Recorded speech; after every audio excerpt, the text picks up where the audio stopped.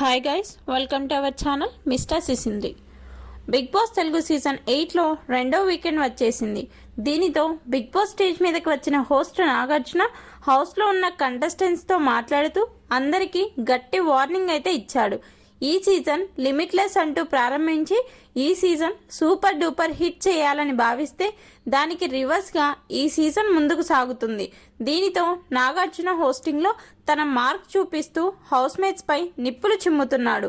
ఈ సమయంలో ప్రేరణతో మాట్లాడుతూ, అసలు నువ్వు ఏం చేస్తున్నావు, నీకైనా అర్థమవుతుందా ప్రేరణ?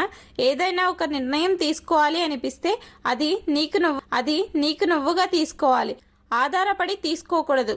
ముఖ్యంగా బిగ్ బాస్ హౌస్లో సంచాలకుగా చేసే సమయంలో తప్పుడు నిర్ణయం తీసుకున్నా కూడా నువ్వు ఎవ్వరికి ఇన్ఫ్లుయెన్స్ అవ్వకుండా తీసుకున్నావే అనుకో, నీకు ఎటువంటి నెగిటివిటీ రాదు.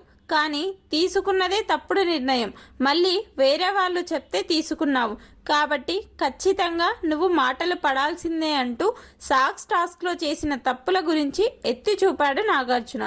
దీనితో ప్రేరణ, సారీ సార్, నేను ఆ టైంలో అందరినీ హ్యాండిల్ చేయలేకపోయాను.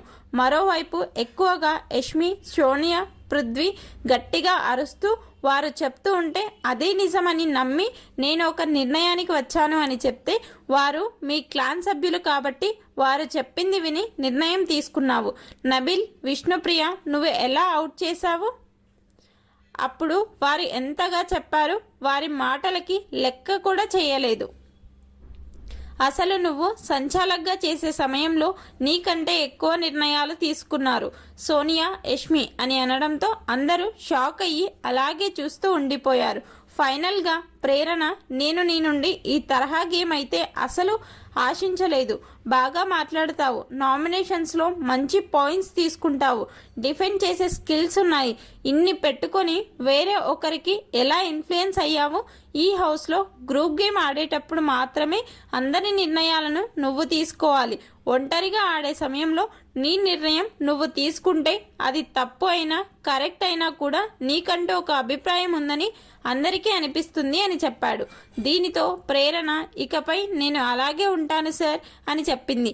ఫైనల్గా ప్రేరణతో హోస్ట్ నాగార్జున ఇలా మాట్లాడడం మీకు కరెక్ట్ అనిపించిందా లేదా అనేది ఈ వీడియోకి ఒక లైక్ చేసి కమెంట్స్లో తెలపండి. Please subscribe our channel mister సిసింద్రి.